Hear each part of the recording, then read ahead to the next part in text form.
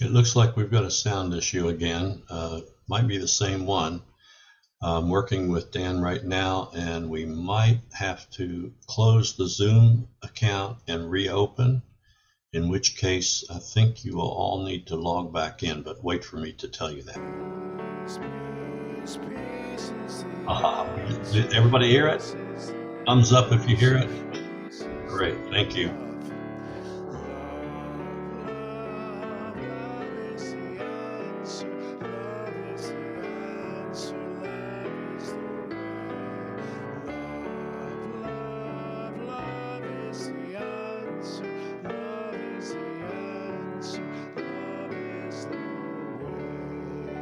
Thank you. Please be seated.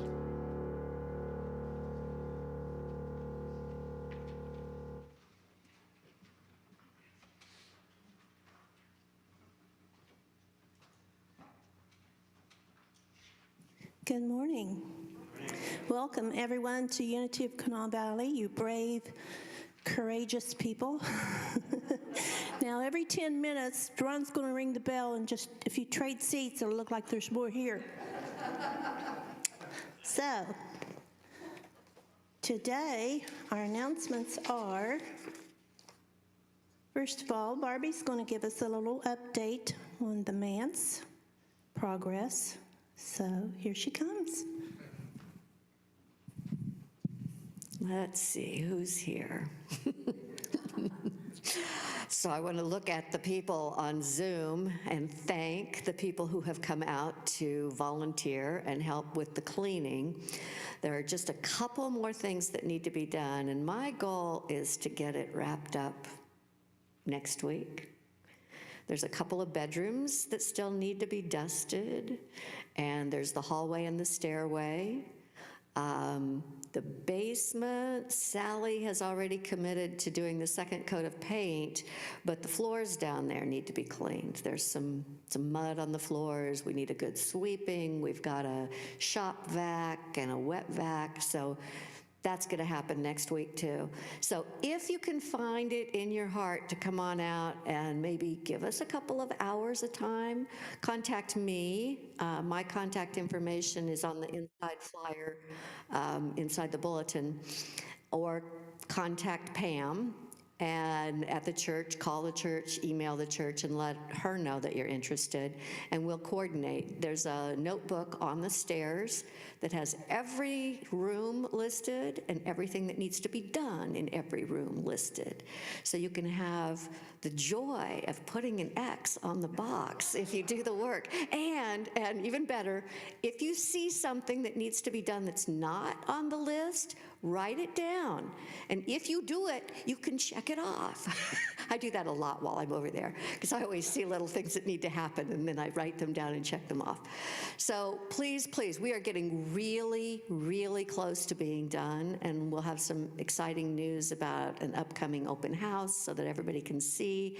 And a special thanks to all the Zoom people, because I know lots of you have volunteered, have come out, and you're kind of behind the scenes, and we're not seeing you here at church, but thank you, thank you, thank you, and thank you for everybody, all your support, all of the fundraising, just, you fill my heart.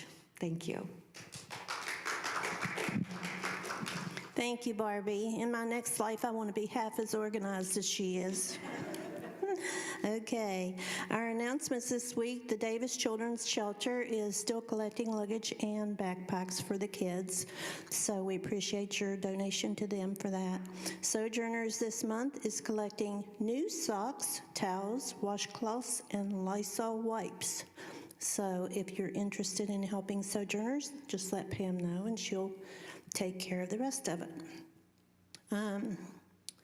Tuesday, March 15th is a Board of Trustees meeting. If you're on the board, you know you need to be there at 5:30. Be here, be here. And then Saturday, March 26th is the Woody Holly concert with Chris Haddix. Yeah. Are they going to stream that again? Not this one. Not this one? The one in May. Okay, great. Okay, so you can get your tickets through the website, through the Clay Center website. Go to the ticket office at the Clay Center. Also joining Chris will be Johnny Statz, John Posey, Julie Adams, Steve Hill, and Almond Solomon. So that should be a great concert. And then Wednesday, March the 30th, Barbie has initiated a group called the Unravel Group. Boy, I need that. Or maybe I'm already unraveled, I don't know. But this is a journaling discussion group, and it's open to all who are interested. So just let her know if you'd like to come. It's just a monthly check-in for support, inspiration, encouragement, and friendship. And who doesn't need that? Very laid back. Yes. Very little is required. Okay. Come feel better. Yeah, sounds good. Okay, that's all I have. Thank you.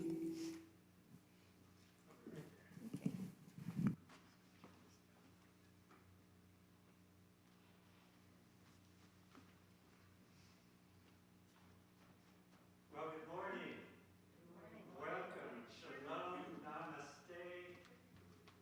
Turn the mic on. Good morning. Welcome. Shalom. Namaste. Aloha. The light in me greets the light in you. My name is Sky Kirshner. I want to welcome you to Unity Live and Unity Online. We're so glad to have you with us from wherever you are. There will be a discussion immediately after the service today in the Sunday school room and on Zoom if you'd like to join us.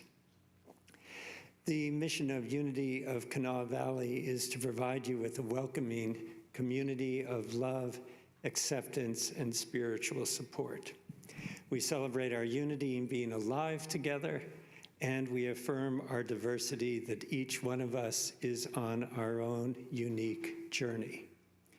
It is my hope that you will know that you are welcome here just as you are, that you feel free to be yourself, and you feel free to explore some ideas that might be useful in your life.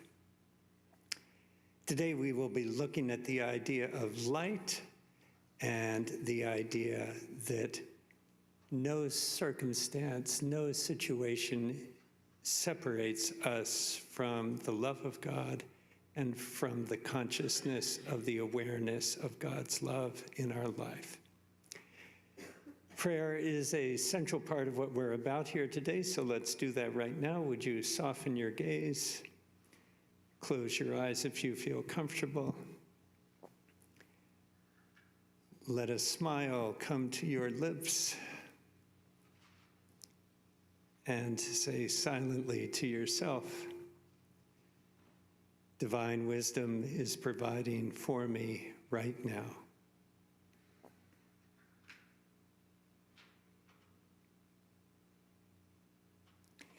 Usually we imagine that we're holding someone that we love, but today I'd like to recommend that you hold and visualize in your mind's eye someone who's a stranger to you, maybe someone in a different part of the world, someone who is struggling right now, someone who might be feeling alone. I want you to imagine them. Reach out to them in your mind and in your heart.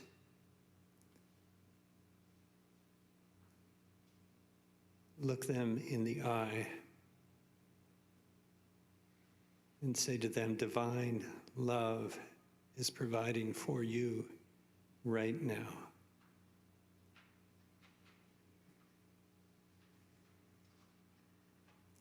And would you give yourself a big yawn and a big stretch?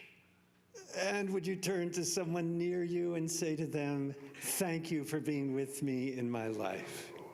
Thank you for being in my life.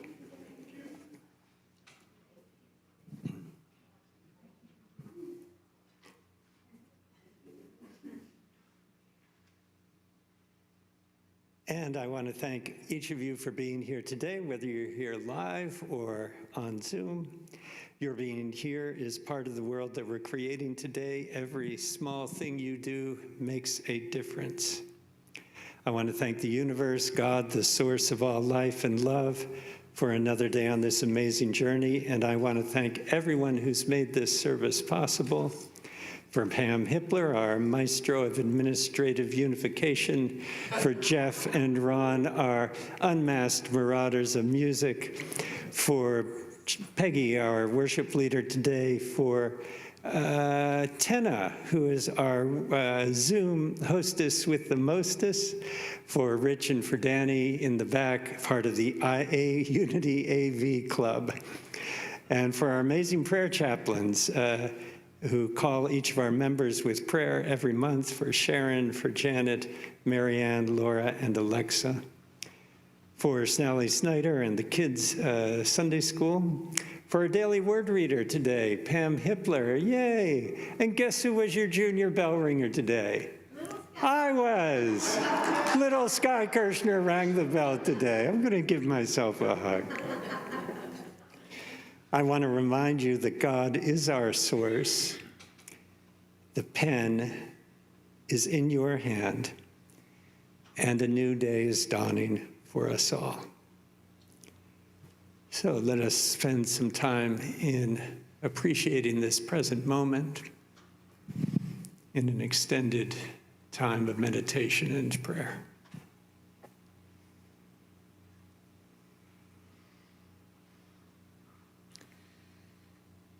So let's begin by noticing the sounds in the room. The sound of the heating system.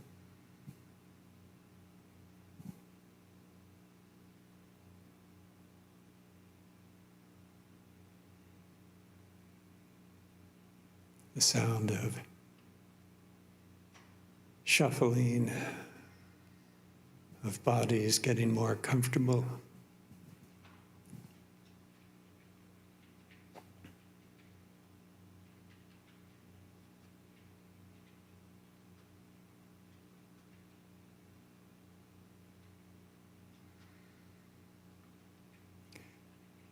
Let us bring our awareness to our bodies, to the points of contact between our body and the pew or the bench, the chair or the floor.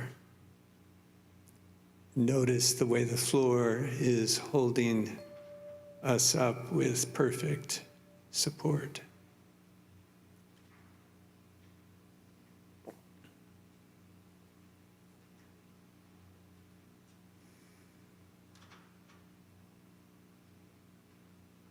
You might notice your breathing.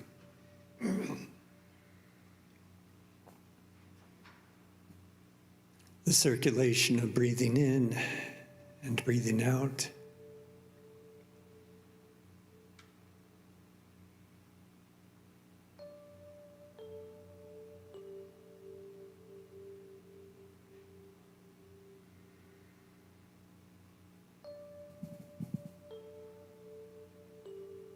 This exchange of resources.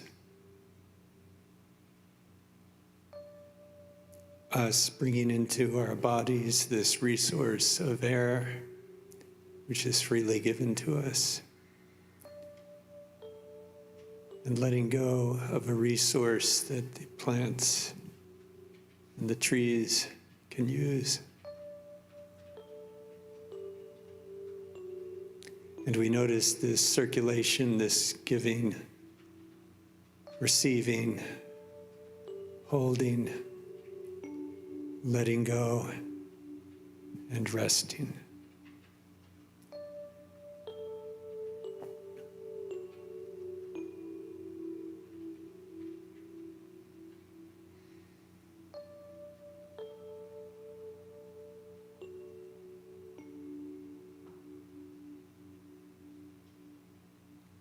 Jesus said, "Seek ye the kingdom.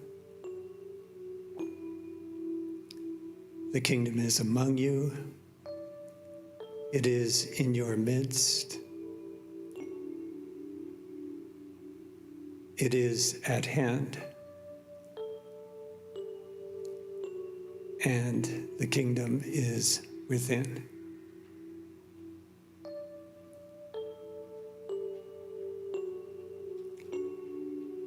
And so we go within,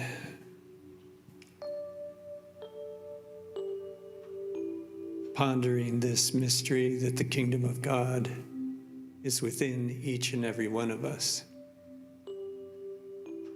that our connection to Source is within each and every one of us.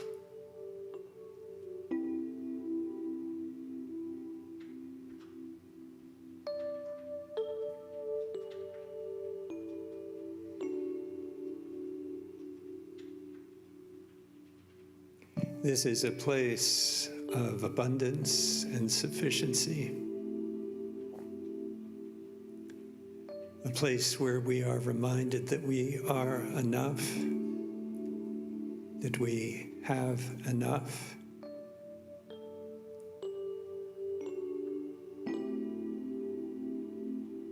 that our community is enough,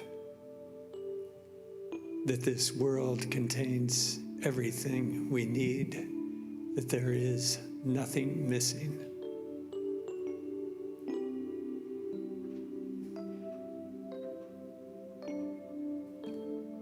This is a place of healing, a place of wholeness, of restoration of the mind, the body, the spirit, and a place of acceptance. Acceptance of limitations, acceptance of ourselves as we are.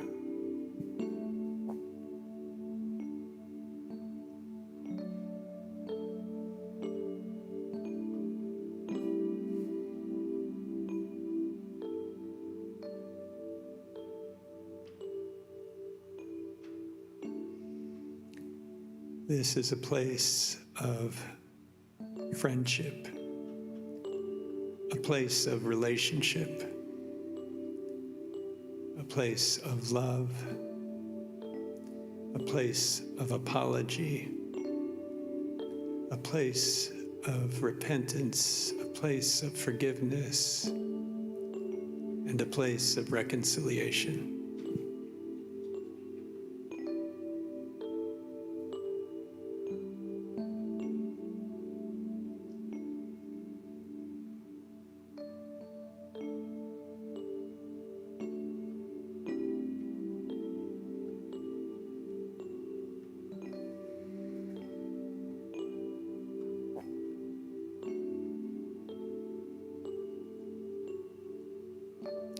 And this is a place of guidance,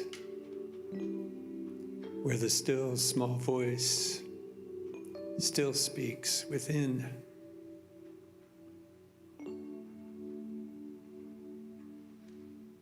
A place where we listen,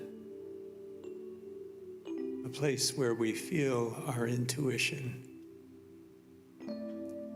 a place where we know ourselves to be guided as part of this amazing, amazing mystery, the divine order of the world.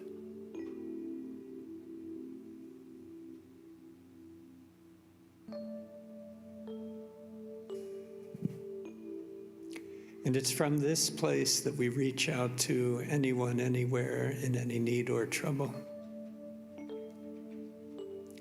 Those living in fear, those who are fleeing for their lives, those who feel alone and abandoned, those who feel forgotten, those carrying anguish from the past, those scared for the future,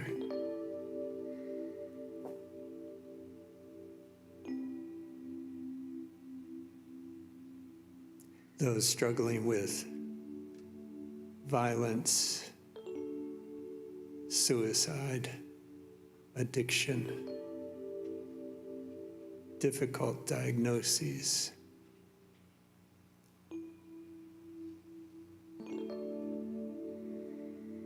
We are reaching out to you right now in our mind's eye.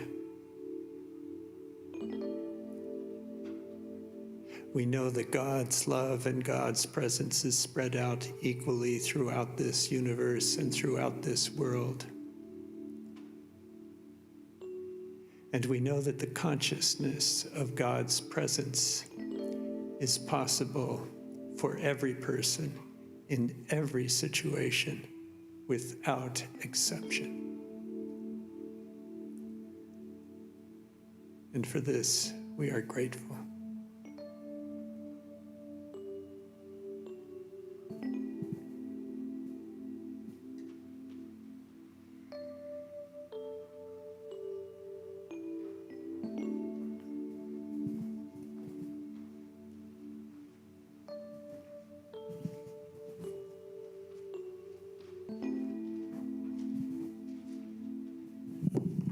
The daily word for today is light. As the sun comes in and daylight savings time, the light of truth dissolves all darkness. A bird's cheerful song interrupts the quiet of the night. The dark sky grows lighter and puffy clouds begin to glow with a beautiful shade of pink. Brilliant rays announce the sun's arrival. The sun peeks over the horizon, flooding the new day with light. Light dissolves darkness in my consciousness in a similar way. At a challenging time, my heart responds to the hopeful thought that this too shall pass. Hope grows into faith as my mind opens to the divine wisdom that is always mine to claim. Guided by the dawning light of truth, I see the way forward and follow it with confidence. As surely as each day begins and brings a sunrise, my faith assures the light of truth will dissolve the darkness of any obstacle I may face. John 1:5, the light shines in the darkness, and the darkness did not overcome it.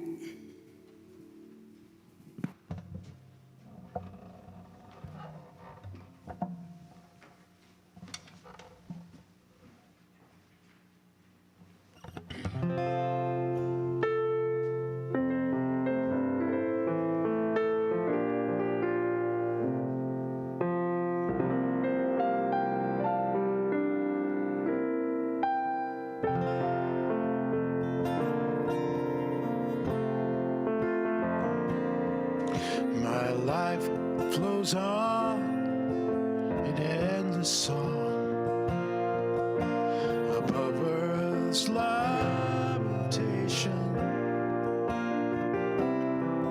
I hear the real, though far off hymn. It hails a new creation.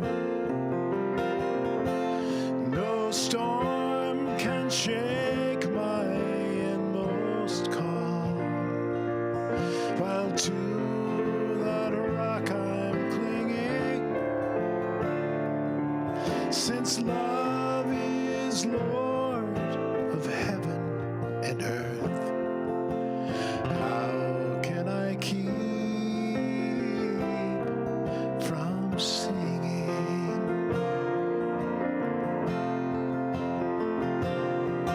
Through all the tumult and the strife, I hear that music ringing. It sounds and echoes in my soul.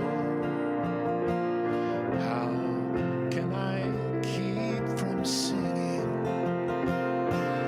No storm can shake my inmost calm, while to that rock I'm clinging, since love is Lord of heaven and earth. How can I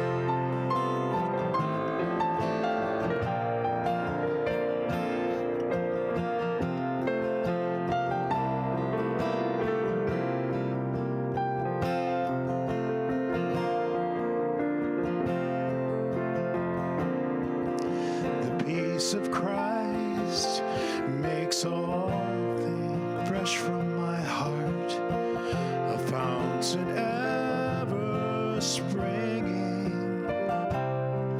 All things are mine since I am his. How can I keep from singing? No storm can shake my inmost calm, while to that rock I'm clinging. Since love is Lord of heaven and earth, how can I keep from singing? Since love is Lord of heaven and earth, how can I keep from singing?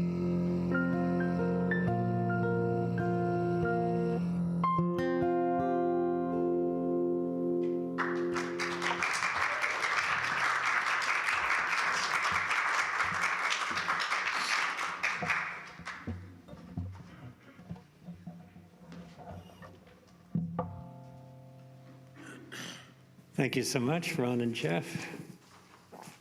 Well, some of you know I was at a dinner party at my wife's friend's, Martha Hagney's house several months ago. I was very nervous because I'm COVID nervous. And yes, I've got my mask on. And at that dinner party was Martha's sister, Claudia, who was visiting from New Orleans. Lovely person, bienvenidos. So glad to have you here with us. Some of you may know that in the past 20 or 30 years, we've had 3 great refugee movements. We're witnessing one this week right now in the Ukraine as people flee for their lives. 2 years ago in Syria. And before that, at least in terms of the Western world, I might be missing a couple that I'm not aware of. It's refugees from Colombia. Difficult situation there. And as many people fled Colombia as fled Syria and as fled Ukraine now. And so Dr. Claudia is from Colombia. And we're very glad to have you here. And as I mentioned several months ago, Claudia has an amazing story, and she's willing to be here to tell it to us. So come on up, Claudia, and let's hear a warm unity welcome for Dr. Claudia Duque.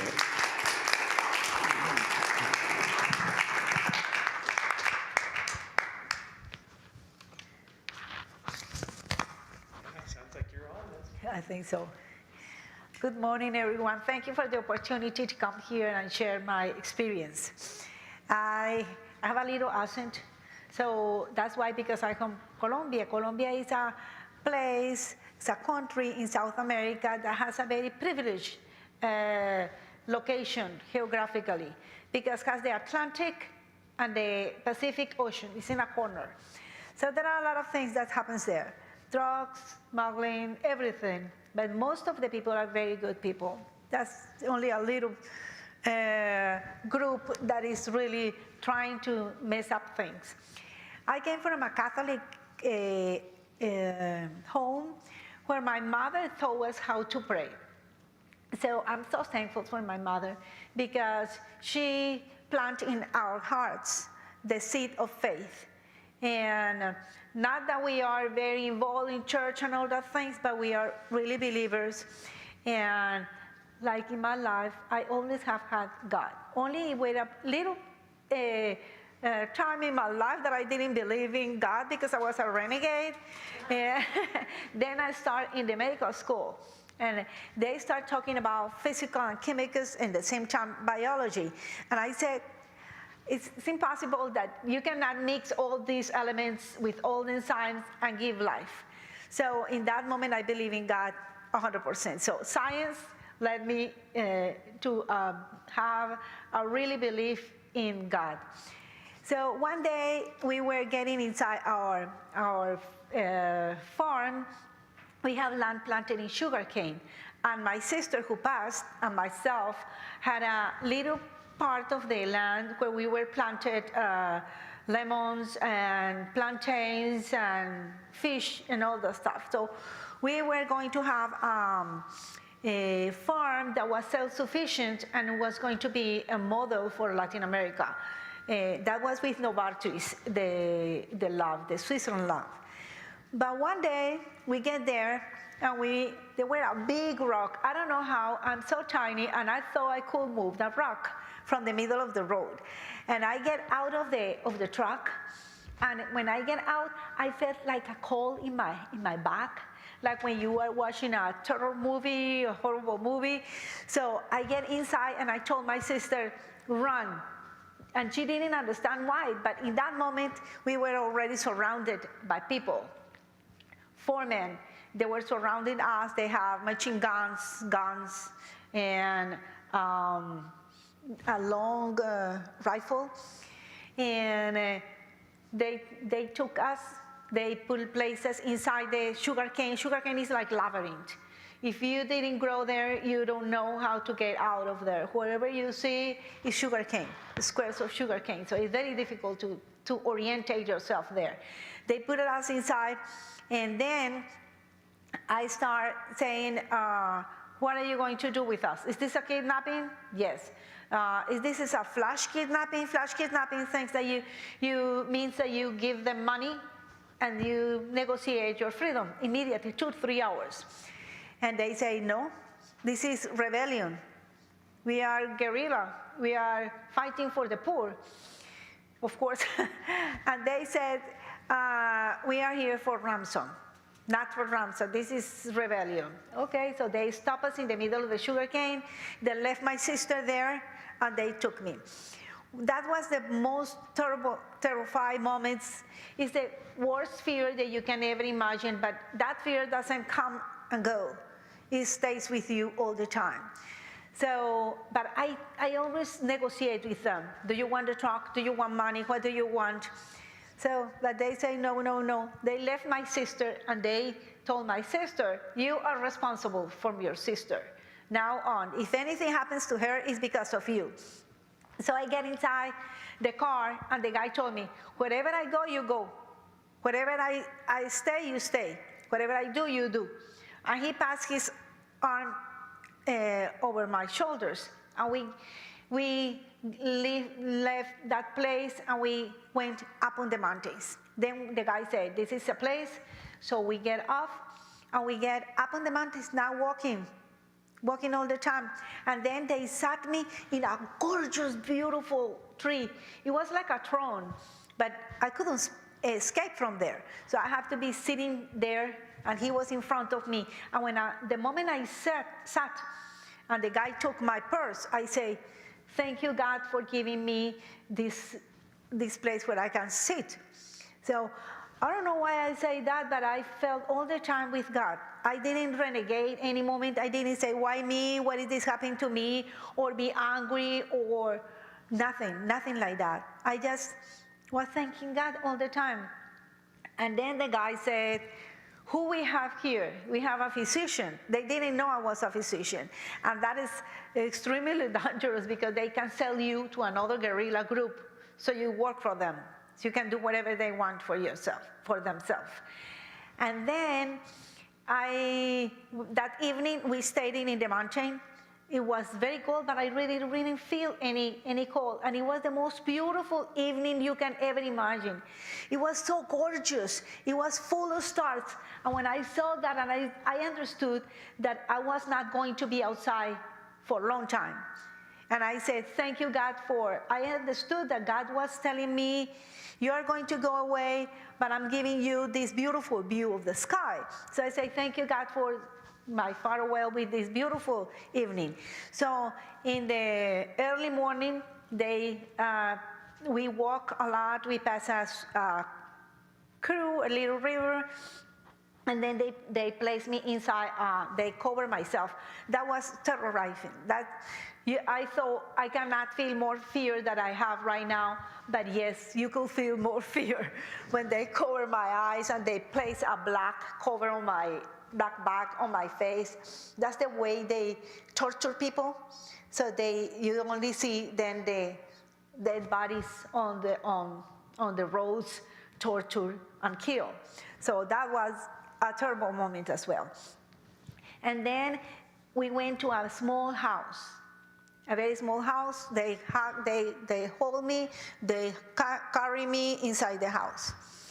So next day, there were a person who moved the little curtain. I was in a very, very, very small place, and all of them, they were sleeping there with myself as well, and they gave me a bed. All of them were sleeping on the floor, but they gave me a bed. And it was a little curtain that closed the furniture that was here. I was sleeping like this. There were a furniture here, and there was that little curtain. But I couldn't do anything. If I breathe, they immediately, what are you doing? What's going on? So you have not intimacy. They gave me a little plastic, ¿cómo se dice? Vasenilla? Vaso? Baco, a little thing like you put it for the children. And that's my bathroom. That was my bathroom, in middle of all of them. So they knew if I was doing my physiological needs, anything. So I didn't have any type of intimacy, nothing. And then I couldn't see the light. There were no lights at all. They were so close that I couldn't see anything. In the evening was so dark that I had to touch my eyes to see if they were closed or open. And then he opened the door, the curtain, and said, you know what? And good morning. And I said, good morning, how are you? And he said, you are very different. So they are that type of people, they are trained to have kidnap people. I say, you are very different. I know that you are going to be good, so look what I have here. He has changed and chains and locks to change me. I said, but I'm not going to change you because you say good morning to me. So all the time I was praying. The third day I was driving myself crazy. I couldn't read, I couldn't do anything. So I say, oh my God, Abba, they start turning on the lights 2 hours in the evenings. So I said, oh my God, if I just have a Bible. 2 or 3 hours later, a guy came with a red Bible with gold letters and said, you didn't cry, you are a very strong person, that strength can only come from God. Because I heard, so he gave me the Bible, and since that moment I started reading the Bible when they allow me to, when they turn on the lights. So I read the Bible like 3 times, once everywhere, once the books that I like it, and the last time in order. And everything that I asked was like God answered it to me through the Bible.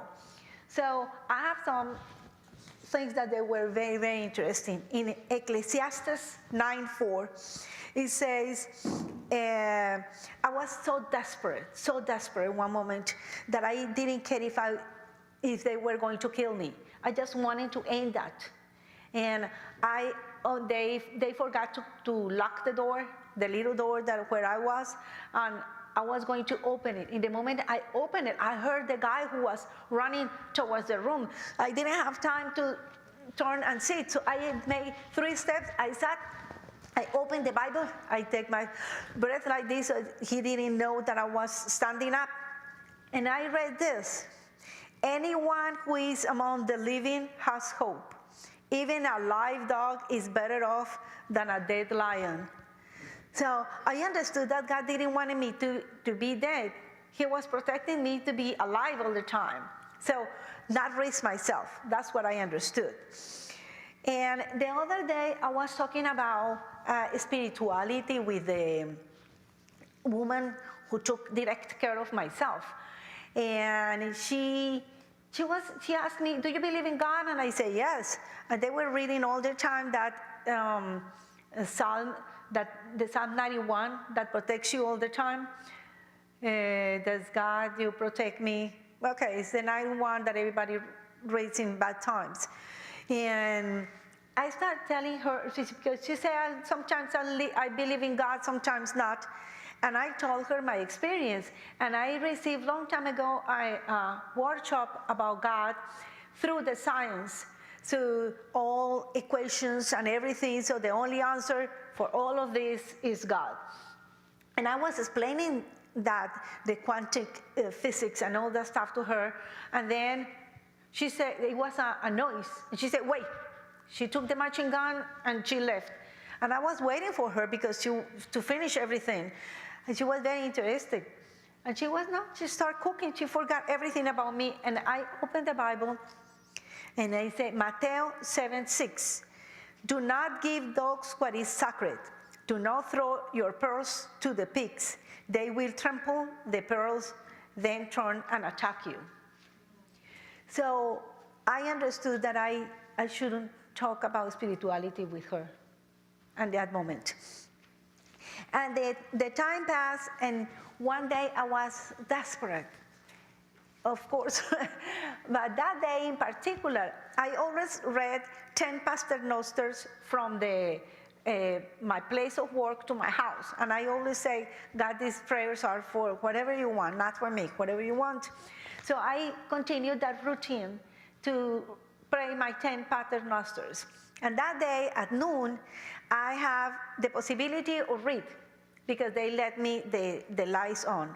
They had the curtain moved, so I could walk like 3 steps forward, back and forward. That was all. And they gave me a radio. So at that time, they were a good program, and I always listen to that program. But that day, instead of that, I say, no, I'm going to pray. So I start praying, but my sister Patricia and I, we always make fun on the people who make those sacrifices and go in the needles towards the altar. That's very common in my country. So people make a promise. So if I have this work, or my son is not sick anymore, so I'm going to get inside the church on my knees. So we always make fun on that. Wow. So we were very, very young. So my mother said, you have to go out of the church. So we were happy because we were having fun there. But in this case, you start negotiating everything with God. God, if I get out of this, I will be a better person. If I get out of this, I'm going to clean my house better. If I get this, I negotiate everything that I call. So that day, I pull up the liquor they gave me, and I needle on the floor. And the floor was stones with cement, so it was very hard. When I finished my 10 paternosters, I couldn't stand up. It's like the skin was stuck on the floor. And then I start looking at the wall in front of me, and I say, okay, God, talk to me. Nothing. Where are you? Nothing. You have a promise to me. You told me I'm loved. I'm your loved daughter. Where are you? Nothing. Talk to me like for a cell phone, because I don't have Abraham faith. I have Moses' faith. I don't believe. Talk to me.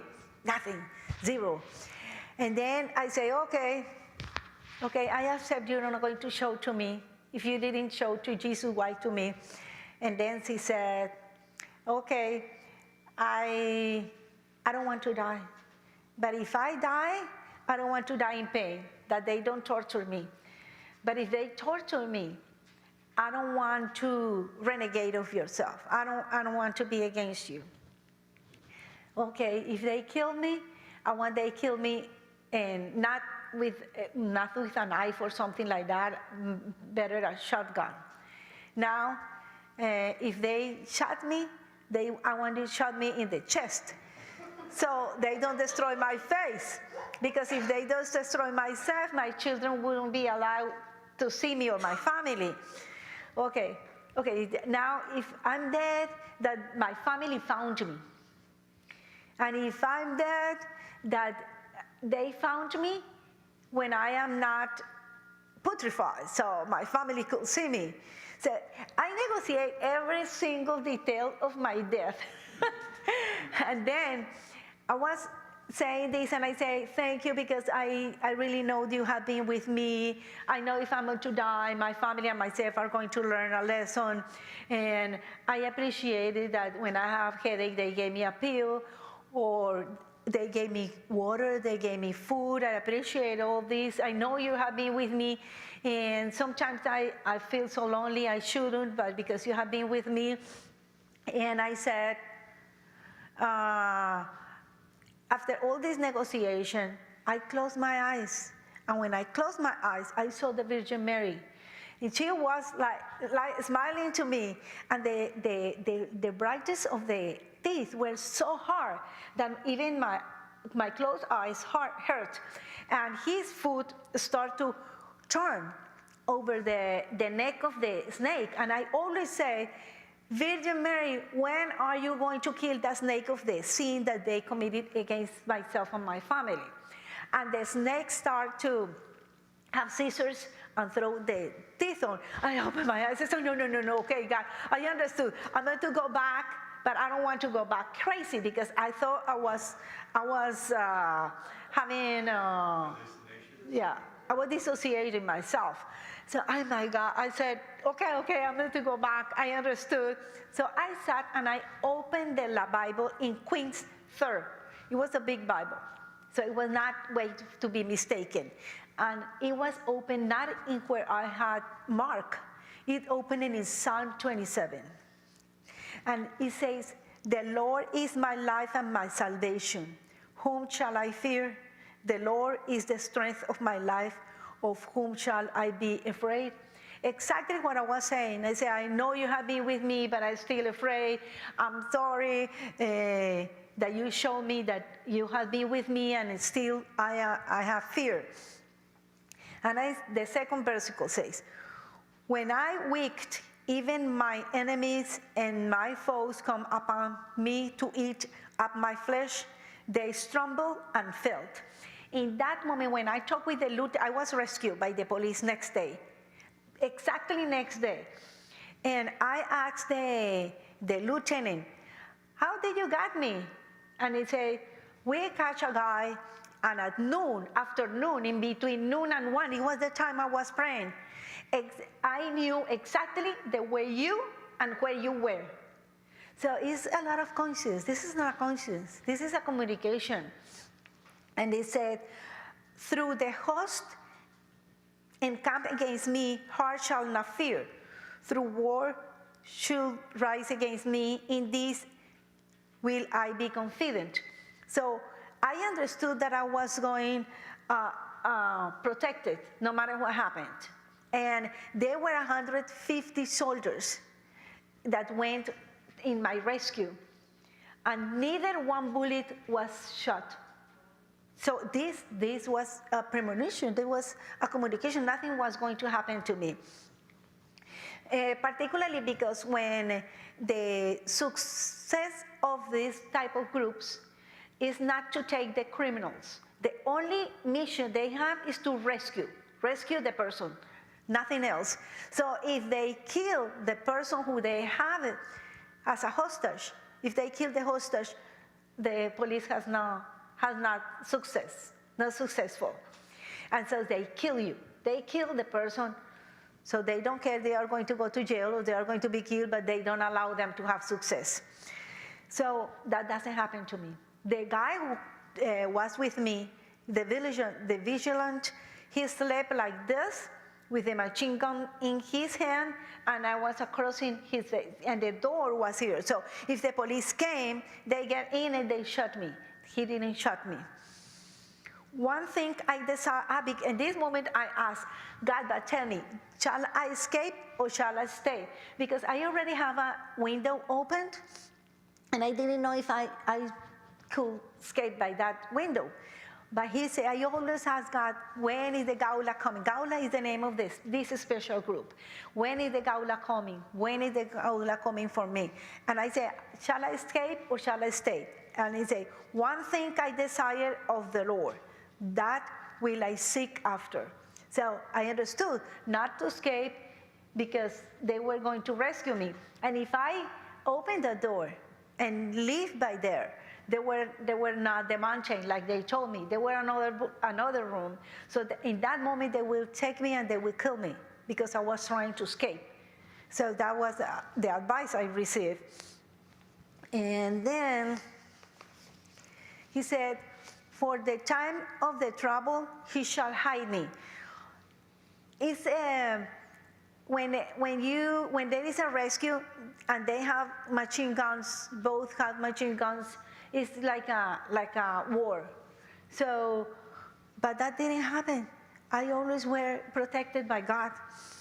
And the other versicle, and now shall my head be lifted above my enemies around me. Therefore, I will offer his tabernacle sacrifices.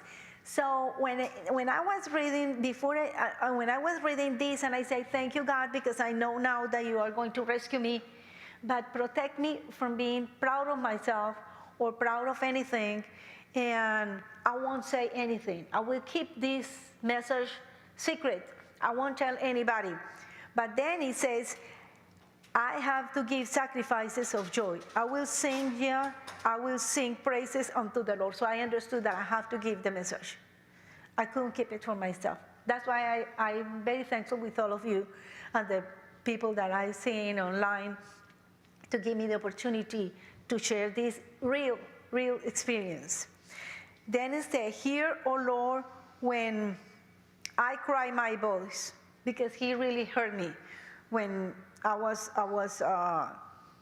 in this trouble. And he says, seek you my face, my heart, say unto thee the face, Lord, I will see. And there was a way I saw his face. Because everything happened, I saw the Virgin Mary, and I felt so confident after this thing happened.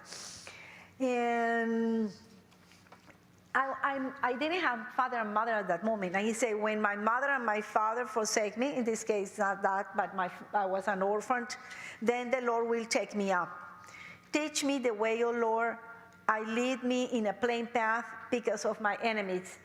When they took the guy to the place in that early morning of the rescue, he told the gaula that they had me in a creek that was behind the house. So the lieutenant said, okay, now I'm going to get inside the house first, and then you come behind me and you kill everybody. You kill everybody. And the guy said, oh, no, I'm going to say the truth. She's there. I'm telling her, but don't kill my boys. So this, were not for that, we all were killed. Delivers me not on the will of mine enemies, for forever witness are rising up against me, and such as breathe out of cruelty. I didn't have any cruelty. The situation like that is terrorizing, and is taking away everything from you, your life, and not only yourself, the family. The family is in limbo. They don't want to sleep, they don't want to eat, they don't want to have joy because they feel betrayed in the person who is kidnapped. It's like having a dead person, but without body. So they pray, they have masses, but it's like before the death. Like everybody's waiting for you to come, or dead or crazy, with a lot of problems. And I had fainted unless I had believed to see the goodness of the Lord in the Lord of the living. Wait on the Lord, be of good courage, and he shall strengthen thine heart. I'm sorry, this is an old English, I cannot read it. Wait, I say, on the Lord. So that's my message. There is anything that the Lord cannot do, anything. And if it doesn't happen, it's for a reason. And thank you for the opportunity to giving me this. So they all are in jail, and my family recovered me. Everything has been better since then. Thank you. Thank you. Wow, appreciate One it. more question. Ah, yeah. One more question. Oh, Father, I know this is happening. Marta. ¿Qué? This, No, pero es que no le entiendo a él nada. Let me explain something. The guy that took care of her in that house where she was kept, he slept right next to her, and he always had a machine gun, like she said. And one night he had a nightmare, and the machine gun went off and went like this to her ear. So she lost her hearing, and she cannot hear too well because of the loud noise of that gun. So she has problem hearing. But they were like 1 or 2 meters from me, 1 meter from me, and the bullet didn't hit us. muchísimas gracias. Yes. Yeah. Martica, ayúdame. Su vida es diferente después de esta experiencia. If you like, it's different after this. Venía así de acá. I'm going to say it in Spanish, or you're going to say it in English to her.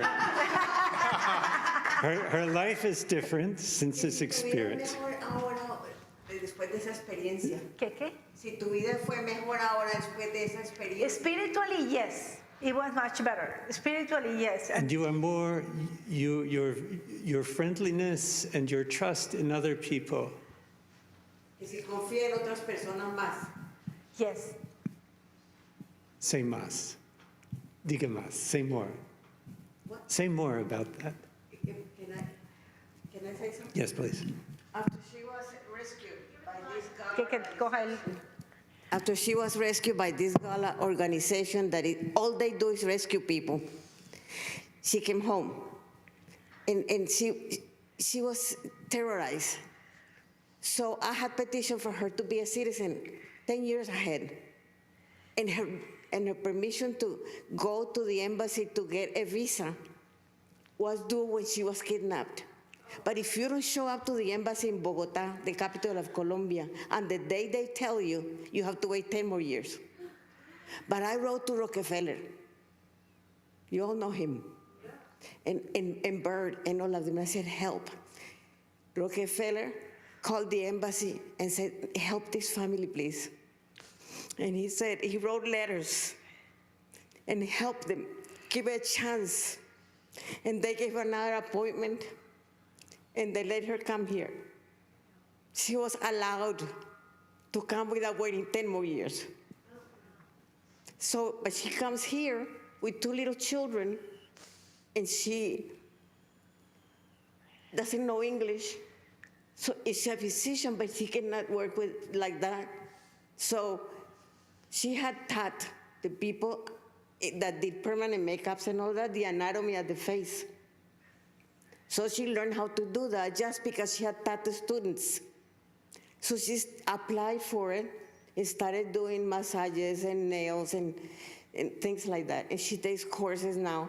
But her son and her daughter tested in the 98th percentile after 1 year being here in this country, in New Orleans. So they got scholarships all the way up. Her daughter is graduating from medical school next month.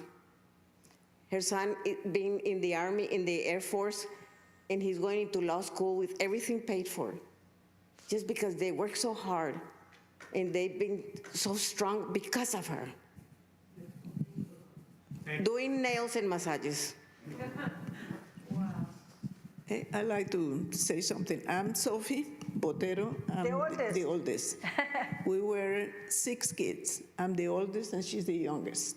And then Martha were 5 women and 1 boy. All of the 6, including the 5 girls, went to university, and we all are professionals. And I'm very old, so at that time it was extremely rare in our society. And I think all that strength came from my mother, who couldn't study, not because they didn't have money, they had a lot of money, but because that wasn't correct, you know. For her, it was important to know how to ride the horse and become a housewife. But anyway, because of her, I think we all were successful. really think so.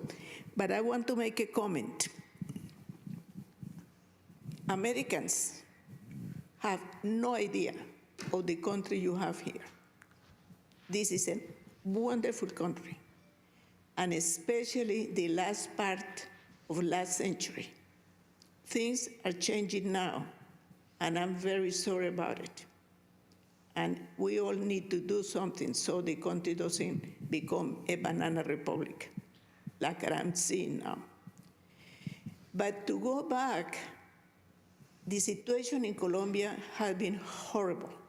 There has been violence, they kidnap people, they do, even daughters of former presidents have been kidnapped and killed. So you have no idea what Colombians go through. And there is not one family in Colombia that haven't suffered from a case like this. And 6 months before this happens, we went to Colombia, and all the brothers and sisters were together. Our fourth sister is a lawyer, and she has been a judge all her life, and her life was threatened. Horrible. She has to work with a group of people taking care of her. And she called all of us, and she thought she was talking for her. And she said, well, the reality of a kidnapping in this family is too high. So we need to talk about that. There are two things in general you can do. Either you just talk to the kidnappers and pay the ransom, and you don't know if they return the person dead or alive, or you go to the special group of the police in the city that will take care of studying the case and trying to rescue the person. But first of all, whatever decision has been unanimous. And once we decided, we cannot change it. So we voted, and everybody said that we wanted to go to a Gaula group. Whatever happened, knowing that the person could be killed, that's what we're going to do.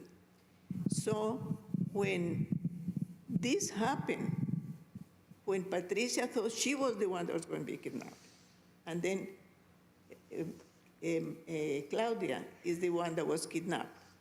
And the people that kidnapped them discussed which of the two sisters were going to be kept, and the other one will go and tell the people that she had been kidnapped. And I'm not really exactly what, but she told them that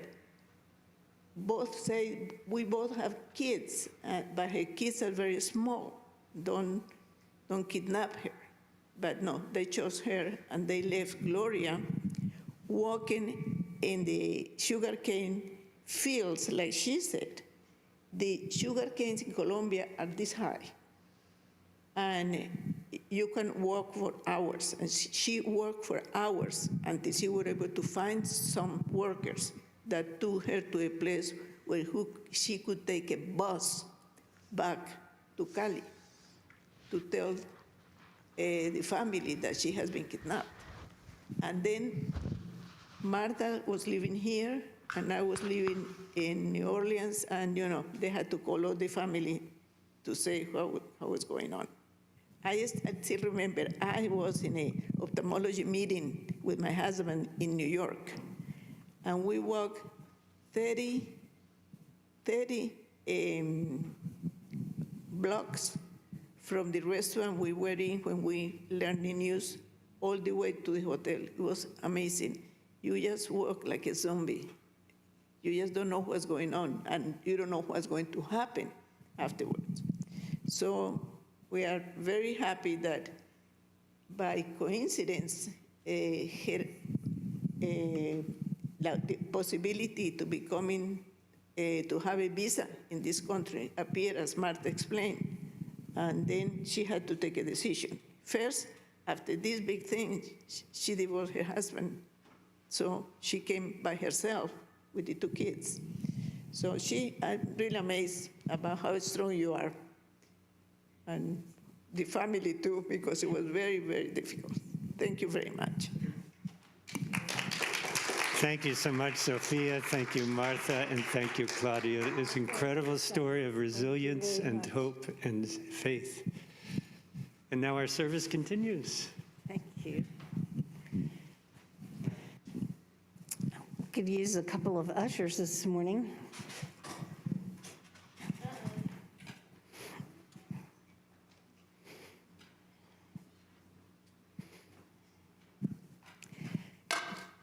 Would you join me in our offering blessing? It's in your program.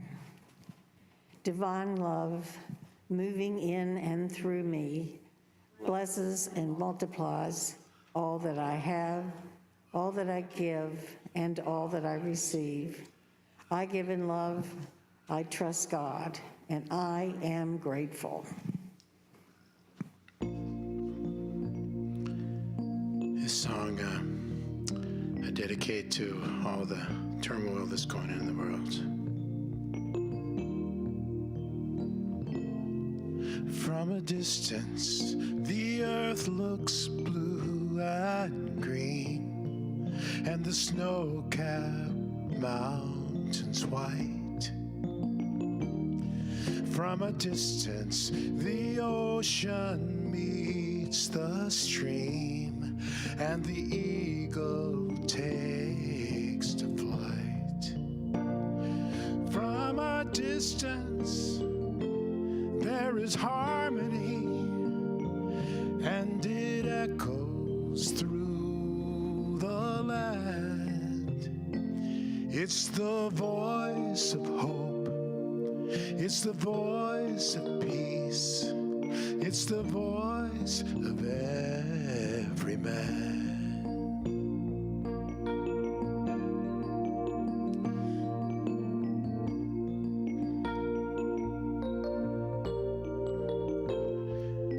From a distance, we all have enough, and no one is in need. There are no guns, no bombs, and no diseases, no hungry mouths to feed.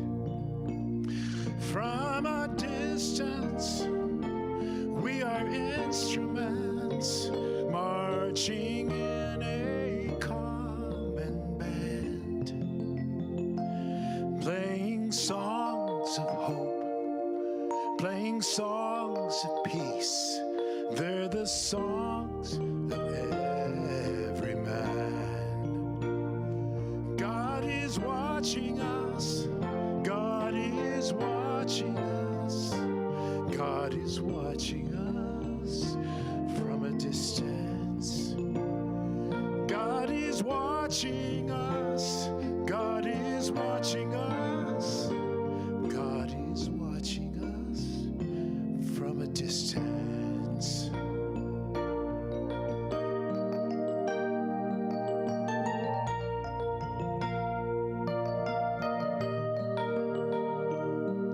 From a distance, you look like my friend, even though we are at war.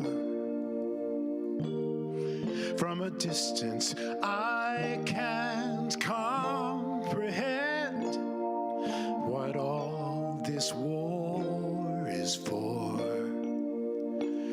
From a distance, there is harmony, and it echoes through the land. It's the hope of hopes, it's the love of loves, it's the heart of every man. It's the hope of hopes, it's the love of loves, it's the song of every man. God is watching us. God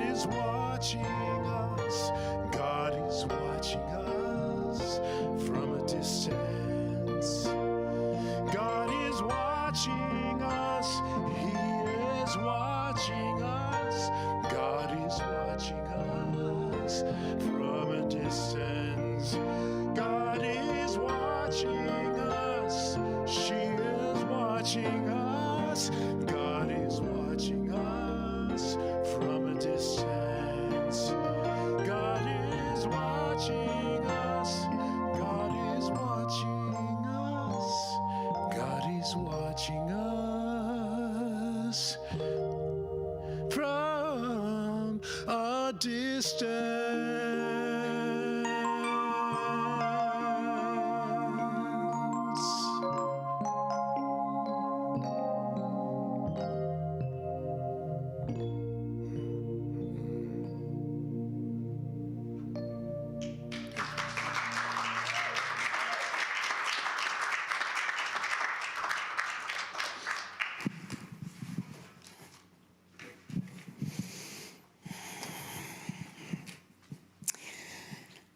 I hope you're as grateful as I am for being present today and hearing this amazing message. So let us join together now in a visualization. Let us enfold this beautiful planet with peace and see that peace surrounding and enfolding each and every person, bringing their hearts and minds in any way contributing to that peace. We have a special blessing this morning on our speaker, Claudia, and her family and her friends. And we see these offerings continuing to bring a beautiful church, a beautiful congregation, and the work of this beautiful church as a lasting reminder that we are all one and that we can live in peace. And so it is. Amen.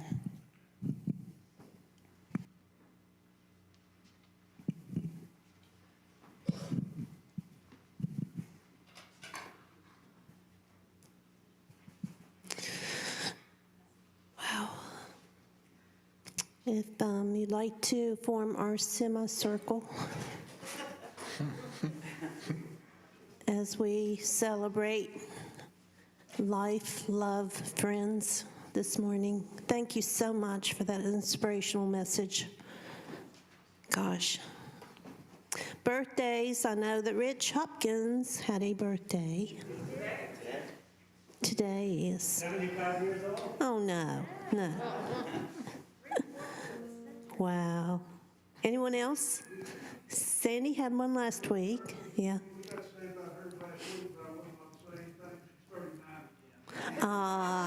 Of course she is, and you're 40.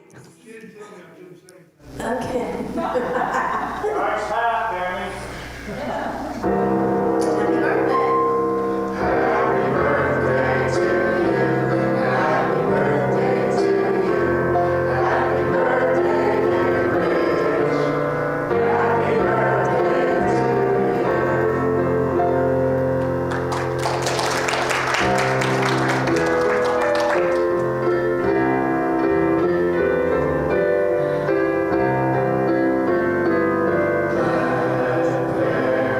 Peace on earth.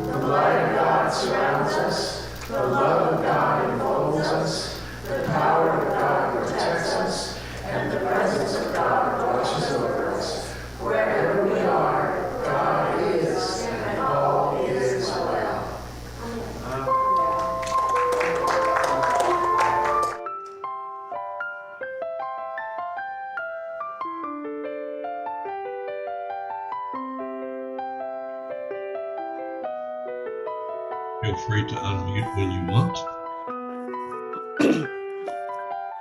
Wow, that was some story.